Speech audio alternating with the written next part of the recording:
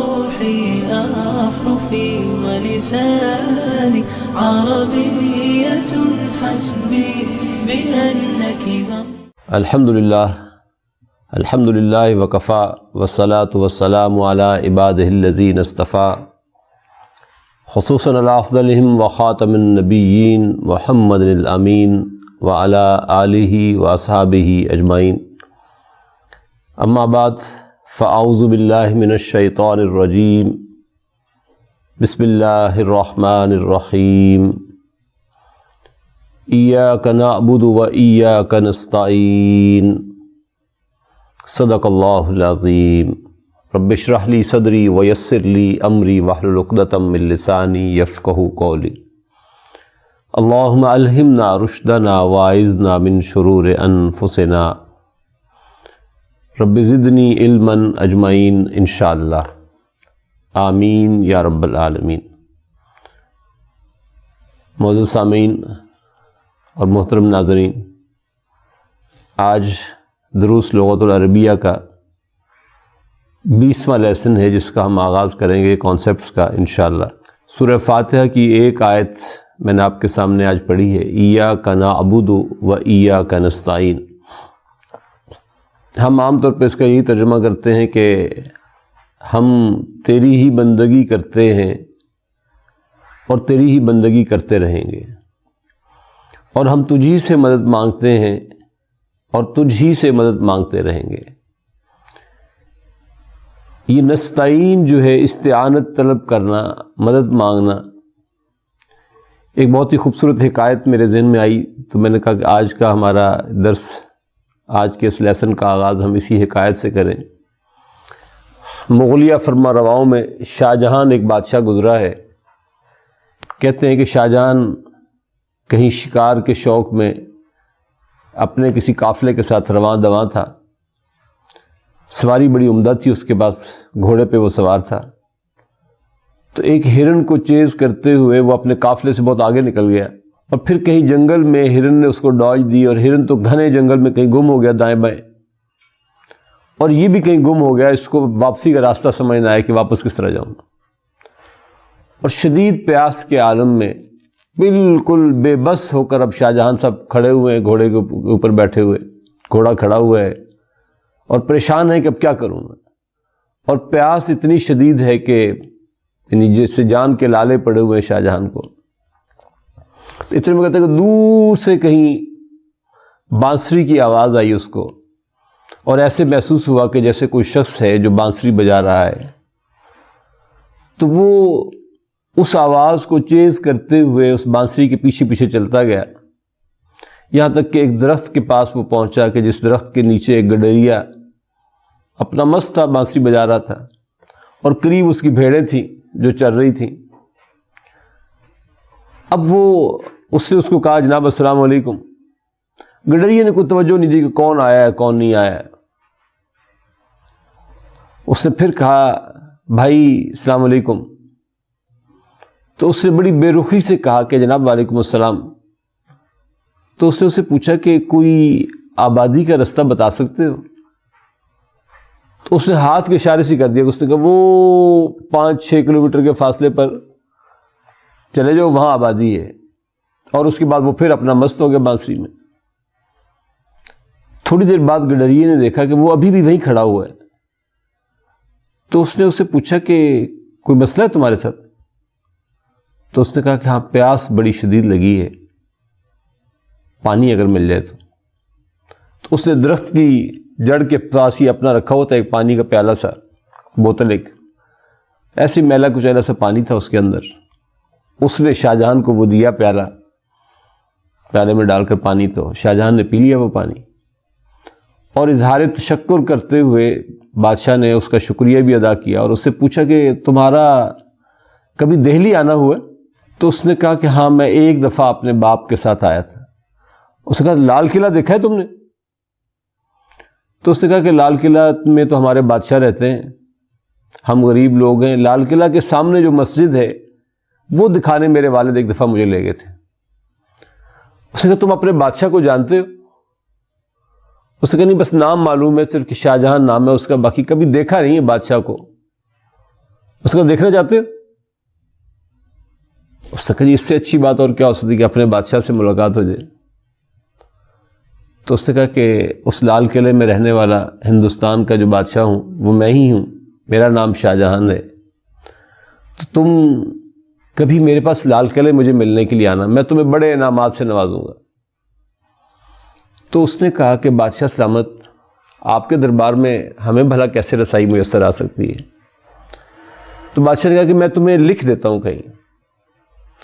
تو درخت کی چھال کے اوپر ہی، اور کچھ لکھنے کی چیز نہیں تھی، اس نے کوئلہ وہاں پڑا ہوا تھا، اس پہ اس کے ساتھ لکھ کر اس نے اس کو ایک پروانہ سے دے دیا کہ تم یہ لے کر آ جانا تو تمہیں وہاں کوئی مشکل پیش نہیں آئے گی، مجھ تک میرے دربان پہنچا دیں گے تمہیں. اب وہ لے کر بادشاہ تو خیر چلا گیا، اور بادشاہ نے جا کر اپنے سارے درباریوں کو بتا دیا کہ میرا ایک خاص مہمان آنا ہے، وہ جس روز بھی آئے اس کو سیدھا میرے پاس لے آنا، اس کو کہیں رستے میں کوئی مشکل نہیں پیش آنی چاہیے. اب اس کی آمد کی کہ بادشاہ کا مہمان آ رہا ہے تو بڑی تیاریاں شروع ہو گئیں.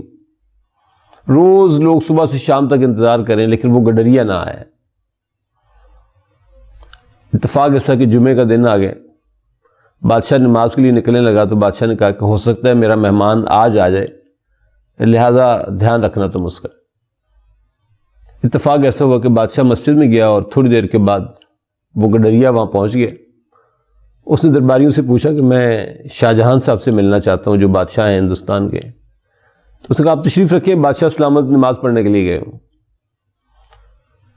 تو اس نے کہا اچھا میں بھی مسجد میں ہی چلتا ہوں. وہ اس کے پیچھے مسجد چلا گیا.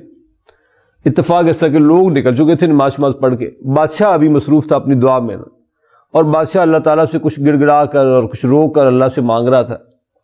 اب یہ پیچھے کھڑا دیکھ رہا ہے کہ یہ پورے ہندوستان کا بادشاہ ہے اور اس کی بھی بہت ساری ضرورتیں ہیں جو ختم ہونے کا نام ہی نہیں لیتی، اور یہ بھی کسی سے مانگ رہا ہے. تو اس کے دل میں ویسے ہی خیال آیا کہ میں عجیب بے وقوف ہوں، وہاں جنگل سے چل کر یہاں تک آ گیا ہوں، مجھے بھی اسی سے مانگنا چاہیے جس سے یہ مانگ رہا ہے. وہ وہیں سے واپس چلا گیا. بادشاہ جب فارغ ہوا تو اس نے پوچھا درباری سے، ہاں بھی کوئی آیا تو نہیں تھا میرا مہمان؟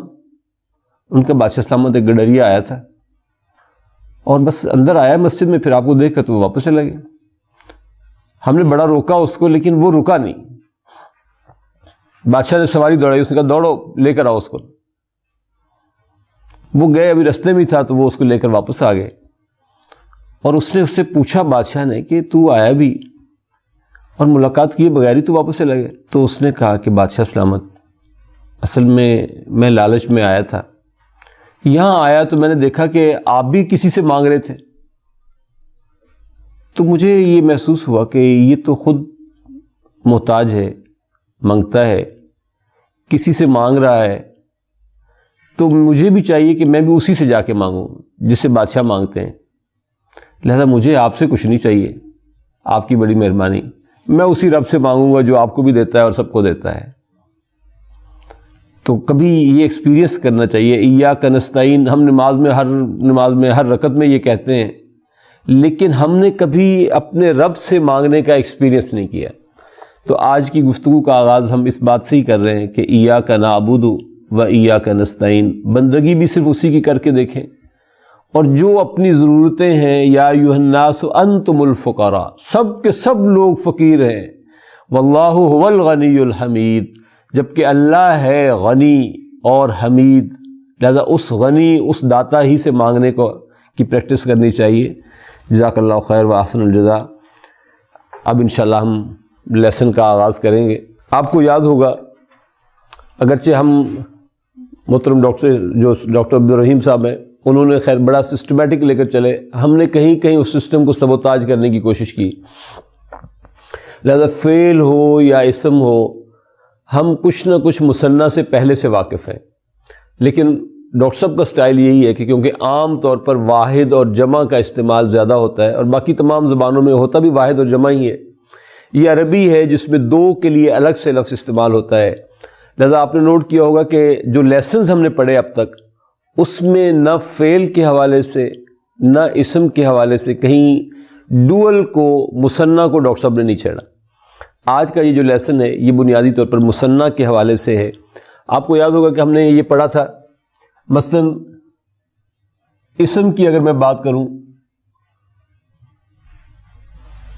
تو مسلمن ایک مسلمان، جمع بنانی ہو تو مسلمون، یعنی یہ مفرد ہے اور یہ جمع ہے. مسلمن ایک مسلمان، مسلمون دو سے زیادہ مسلمان. اگر دو مسلمان کہنے ہوں اس کے لیے المثنى، یہ مثنیٰ ہوگا تو ہم اس کو کہتے ہیں مسلمان. یعنی الف نون کی جب آواز آئے گی، آنے کی آواز، اونا کی آواز آئے گی تو جمع بن جائے گا، آنے کی آواز آئے گی تو مثنیٰ بن جائے گا. مثلا مؤمن ہے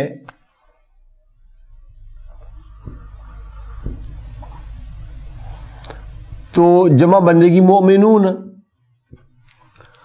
دو مومن کہنے ہو تو کیسے کہیں گے؟ ہم کہیں گے مؤمنان. الف نون کے ساتھ مثنیٰ، واو نون کے ساتھ جمع. صالحن ہے، جمع بنائیں گے تو صالحون. لیکن دو صالح لوگ کہنے ہو تو آپ کہیں گے صالحان. اسی طریقے سے کافرن ہے مثلا، جمع بنائیں گے تو کافرون. اور دو کافر کہنے ہوں تو کہیں گے کافران. منافقن ہے،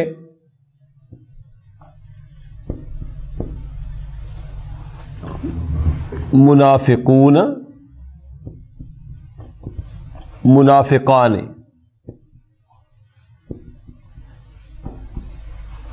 صادقن ہے تو صادقون اور صادقان.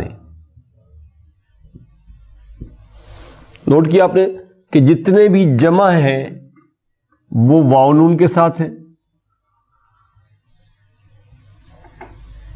اور جتنے بھی مثنیٰ ہیں وہ الف نون کے ساتھ ہے، آنے کی آواز کے ساتھ ہیں.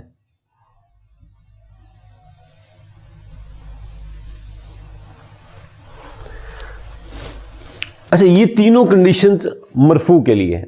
یعنی یہ اسم مفرد بھی مرفوع ہے، یہاں پر جمع بھی مرفوع ہے اور مثنیٰ بھی مرفوع ہے. یہاں پر مرفوع کی جو علامت ہے وہ تنوین ہے ضمہ کے ساتھ نا. یہاں پر واو مرفوع کی علامت ہے، اور یہاں پر یہ الف جو ہے یہ مرفوع کی علامت ہے. مومنون میں ضمہ مرفوع کی علامت، مومنون میں واو مرفوع کی علامت، اور مومنان میں الف مرفوع کی علامت ہے. یہ ساری مرفوع ہیں. الف مرفوع، الف مرفوع، الف مرفوع، یہاں پہ بھی الف مرفوع، یہاں پہ بھی الف مرفوع. اب مسلمون سے جب میں منصوب بناتا ہوں تو وہ بن جاتا ہے مسلمن. منصوب میں ادھر لکھ دیتا ہوں، مفرد منصوب، جمع منصوب، اور مثنیٰ منصوب. مسلمن کو جب میں منصوب بناؤں گا تو یہ بنے گا مسلمن. گویا یہ جو فتح ہے یہ علامت ہوگی نصب کی. لیکن جب میں جمع کو بناؤں گا تو یہ بنے گا مسلمین. یہاں پر نصب کی علامت یا ہوگی، اور یہاں پہ مسلمین، مسلمین یہاں پر یہ یا اس کی نسب کی علامت ہے، اور اسی طریقے سے سارے مومنن، مومنین، مومنین، صالح سے صالحن، صالحین، صالحین، کافرن، کافرین، کافرین، منافق، منافقان، منافقن، منافقین، منافقین، صادقن، صادقین، صادقین۔ اچھا مجرور جو ہے وہ بھی اسی طریقے سے ہوں گے، مسلمین مرفوع بھی ہے، منصوب بھی ہے اور مجرور بھی ہے، اسی طریقے سے مسلمین منصوب بھی ہے اور مجرور بھی ہے۔ تو ہم اس کو لکھ سکتے ہیں کہ مفرد منصوب یہ تو مجرور ہوگا مسلمن کے ساتھ، یہ مجرور ہوگا، لیکن یہ منصوب اور مجرور ایک ہی سائن ہے۔ تو اسم جو ہے وہ آج ہم نے دیکھا کہ جمع تو مرفوع واو نون کے ساتھ ہوتا ہے جو جمع ساؤنڈ پلورل ہے، لیکن مثنیٰ جو ہے وہ مرفوع الف کے ساتھ ہوتا ہے، اور مثنیٰ جو ہے یا کے ساتھ منصوب بھی ہوتا ہے اور یا کے ساتھ یہ مجرور بھی ہوتا ہے۔ آپ کہتے ہیں این المدرس،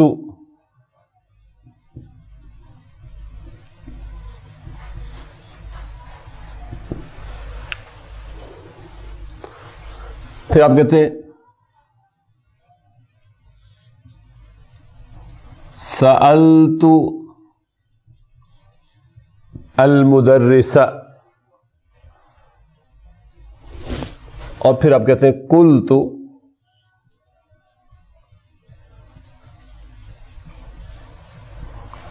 للمدرس۔ نوٹ کریں یہاں پر المدرس مفرد ہے نا، اور مرفوع ہے جو کہ مبتدا ہے۔ سألت المدرس یہ جملہ فعلیہ ہے، سأل فعل ہے، تو فاعل ہے، المدرس مفعول بہ ہے، اور یہ بھی مفرد ہے اور مفعول بہ ہونے کی وجہ سے منصوب ہے پراپر اپنے فتح سائن کے ساتھ، مفعول بہ منصوب۔ یہ بھی جملہ فعلیہ ہے، قلت فعل اور فاعل ہے، للمدرسی جار مجرور ہے، تو المدرسی جو ہے یہ مفرد ہے اور مجرور ہے۔ اب میں کہنا چاہتا ہوں کہ ویئر آر ٹو ٹیچرس، یا میں کہتا ہوں کہ جی یہ دو قلم ہے۔ ایک قلم جب میں نے کہا تھا تو میں نے کہا تھا ھذا قلم،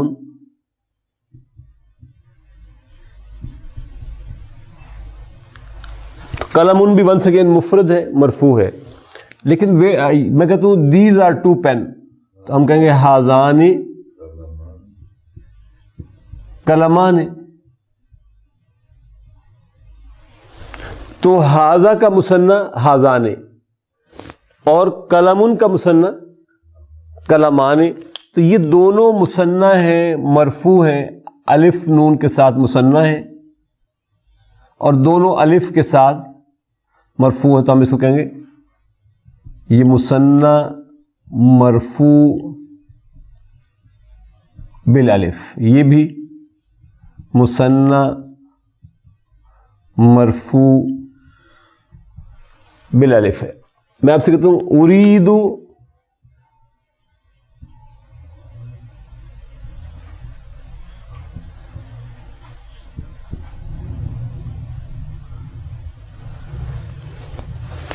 ریالین، میں اگر اس کو یہاں لکھوں تو یہ تھا ھذان ریالان، یہ بالکل ایسی ہے جیسے ھذان قلمان ہے۔ اريد ریالان، آئی وانٹ 2 ریال، تو اريد فعل اور فاعل دونوں چیز آ گئی نا۔ فائل آنا ہے. واٹ از دس ریالین؟ مفعول بہ. مفعول بہ ہمیشہ منصوب ہوتا ہے. ریالین آپ سے پوچھے گا کوئی تو آپ کہیں گے ریالین منصوب ہے بالیا.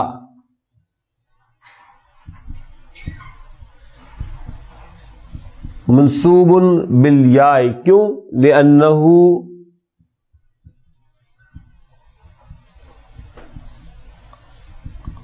المثنى، کیونکہ یہ مثنیٰ ہے اور مثنیٰ جو ہے وہ یا کے ساتھ منصوب ہوتا ہے، اس لیے یہاں پہ منصوب ہو گئے. میں نے آپ سے پوچھا کہ یہ قلم آپ نے کتنے میں خریدا تھا؟ تو آپ کہتے ہیں اشتریتہ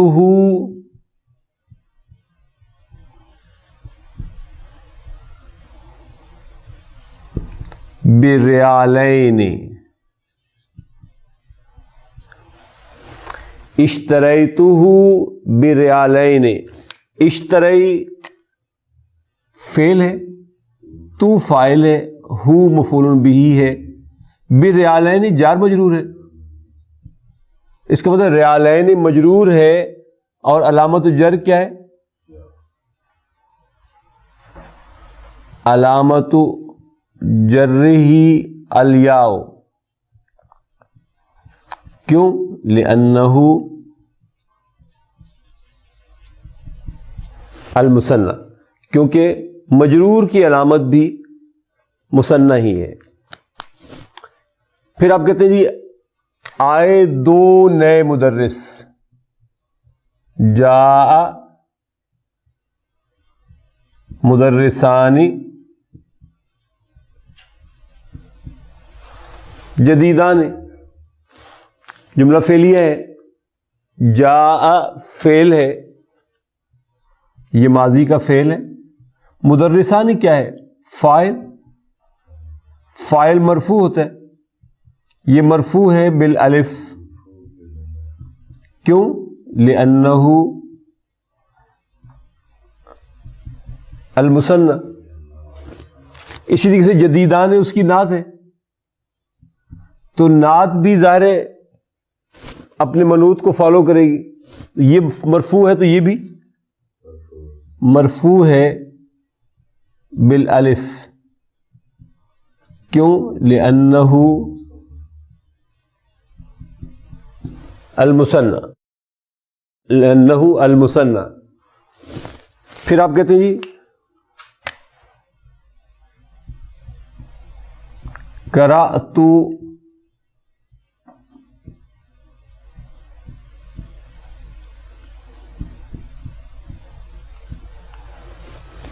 کتابین. I read 2 books. قرأت کتابین. قرأ فعل ہے ماضی کا، تو فاعل ہے. کتابین کیا ہے؟ مفعول بہ. اور مفعول بہ کیا ہوتا ہے ہمیشہ؟ منصوب. تو یہ منصوب ہے بالیاء لأنہ المثنى. مثنیٰ جو ہے وہ یا کے ساتھ منصوب ہوتا ہے. پھر آپ کہتے ہیں رجعت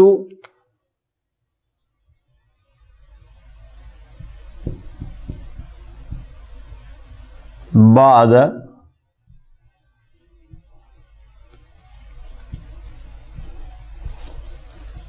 یومین. I returned after 2 days. رجعت بعد یومین. تو رجع فعل ماضی کا، تو فاعل، بعد ظرف، یومین کیا ہے؟ مضاف الیہ. اور مضاف الیہ کیا ہوتا ہے ہمیشہ؟ مجرور. تو یہ مجرور ہے بالیاء لأنہ المثنى. کیونکہ یہ مثنیٰ ہے اس لیے یہ یا کے ساتھ منصوب ہوگا. اب کہتے ہیں سمعت ھذا الخبر.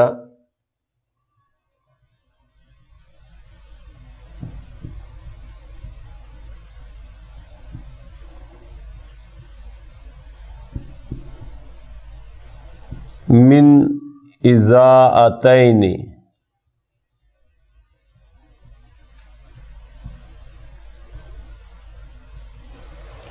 سمعت ھذا الخبر من اذاعتین، تو سمع فعل ہے ماضی کا، تو فاعل ہے، ھذا مفعول بہ ہے، الخبر اس کا بدل ہے، من اذاعتین ظاہر کیا ہے، جار مجرور، تو یہ مجرور ہے بال یاء، کیوں؟ لأنہ المثنى۔ تو ہم نے یہ دیکھا کہ مثنیٰ جو ہے وہ الف کے ساتھ مرفوع ہوتا ہے اور یا کے ساتھ منصوب ہوتا ہے اور پھر یا کے ساتھ ہی وہ مجرور ہوتا ہے۔ یہ ہمارے اس لیسن کا پہلا کانسیپٹ تھا مثنیٰ کے حوالے سے۔ نمبر 2 ہے احدہما والآخر۔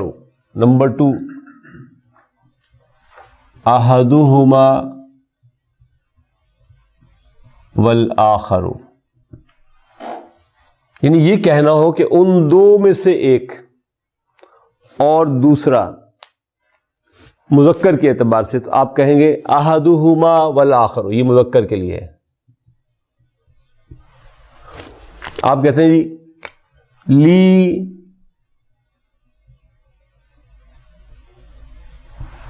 اخن، اس کا مطلب ہے کہ میرا ایک بھائی ہے۔ لی جار مجرور شبہ جملہ خبر ہے، اخن جو ہے مبتدا ہے نا۔ میں کہتا ہوں میرے 2 بھائی ہیں، لی اخوان، لی اخوان، اخن سے جب مثنیٰ آپ بنائیں گے تو وہ بنے گا اخوان، لی اخوان احدہما، 2 بھائی ہیں ان میں سے ایک ہم کہتے ہیں ڈاکٹر ہے، احدہما طبیب والآخر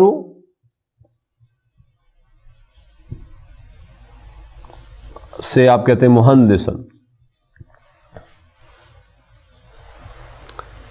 لی اخوان، یہ لی جار مجرور شبہ جملہ خبر ہوگی، اخوان مبتدا ہے، مرفوع ہے بالالف کیونکہ یہ مثنیٰ ہے۔ احدہما میں احدو مبتدا ہے اور مضاف ہے، ہما مضاف الیہ ہے، طبیب اس کی خبر ہے، پھر آخر مبتدا ہے، مہندس اس کی خبر ہے۔ اور مؤنث کے لیے جو لفظ استعمال ہے وہ ہے احدا۔ احدا 2 میں سے، یعنی 2 مؤنث میں سے ایک کہنا ہو تو پھر وہ احدا یوں لکھا جاتا ہے احدا ہما، احداہما، اور دوسرا کہنا ہوگا تو پھر کہیں گے والاخری،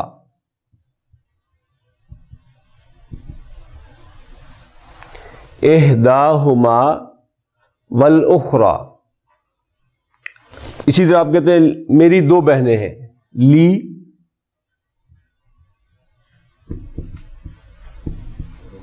اختان، لی جار مجرور شبہ جملہ خبر ہے، اختانی مبتدا ہے، مبتدا کیا ہوتا ہے ہمیشہ مرفوع، تو یہ بھی مرفوع ہے بالالف لأنہ المثنى۔ اب آپ کہتے ہیں ان میں سے ایک، تو آپ کہیں گے احداہما سے آپ کہتے ہیں مدرستن، ان میں سے ایک ٹیچر ہے، والاخری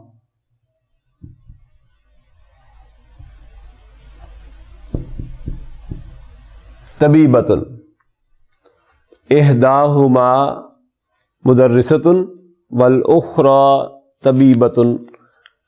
تو یہ یعنی مذکر 2 میں سے ایک کہنا ہو تو احدہما والآخر، اور مؤنث 2 میں سے ایک کہنا ہو تو آپ کہیں گے احداہما والاخری۔ تیسری چیز جو ہے جر جو ہے، کم جو ہے یہ آپ جانتے ہیں کم استفہام کے لیے یوز ہوتا ہے، اس کو ہم کم استفہامیہ کہتے ہیں. اور ہم نے یہ پڑھ رکھا ہے کہ کم کے بعد آنے والا اسم ہمیشہ واحد آتا ہے, منصوب آتا ہے اور تمییز کہلاتا ہے. بس آپ کہتے ہیں کم ریالن عندک, تو یہ جو ریالن ہے یہ تمییز کہلاتا ہے. ریالن جو ہے یہ تمییز کہلاتا ہے. آج ہم یہ دیکھنا چاہتے ہیں کہ اگر اس کے ساتھ میں حرف و جر لگا دوں بے, تو یہ بنے گا بیکم ریالن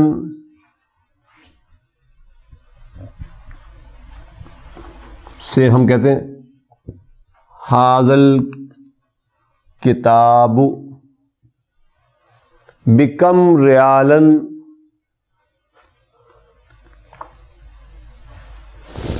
حاضل کتاب. بیکم ریالن بھی یہ آ سکتا ہے, اور اس کو میں یوں بھی لکھ سکتا تھا, یہ آپشنل ہے میرے لیے, بیکم ریالن ہے. یہ اس صورت میں بھی تمییز ہی, یہ بھی تمییز ہے اور یہ بھی تمییز ہے. جب حرف و جرن کے ساتھ یہ کم آئے تو یہ آپشن ہے ہمارے پاس کہ ہم چاہیں تو اس کو منصوب لکھیں ریالن, اور چاہیں تو اس کو مجرور لکھ لیں بیکم ریالن. اور کبھی ایسا بھی ہوگا کہ یہ تمییز جو ہے اس کو حذف کر دیا جاتا ہے. مثلا ہم کہتے ہیں بیکم اشتریت,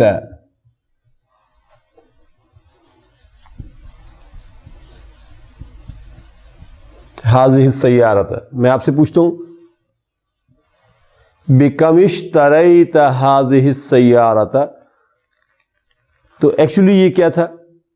ایکچولی یہ تھا کہ بیکم ریالن یا بیکم دولارن یا بیکم روبیتن اشتریت حاضر السیارۃ, یعنی کتنے پیسوں میں, کتنے ریالوں میں تم نے یہ گاڑی خریدی.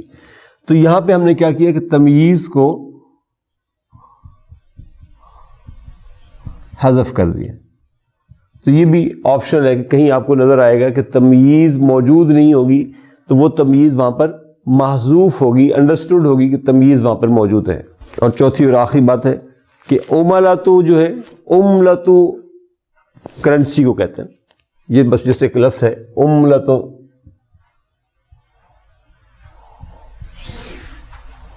کرنسی کو کہتے ہیں. اور جنیحتن جو ہے یہ پاؤنڈ کو کہتے ہیں, جو برطانیہ کی کرنسی ہے. جیسے دولارن ڈالر کو کہتے ہیں, اسی طرح جنیحتن جو ہے یہ پاؤنڈ کو کہتے ہیں. یہ کانسیپٹس اپنے اختتام کو پہنچ گئے. الذين آمنوا وتطمئن قلوبهم بذكر الله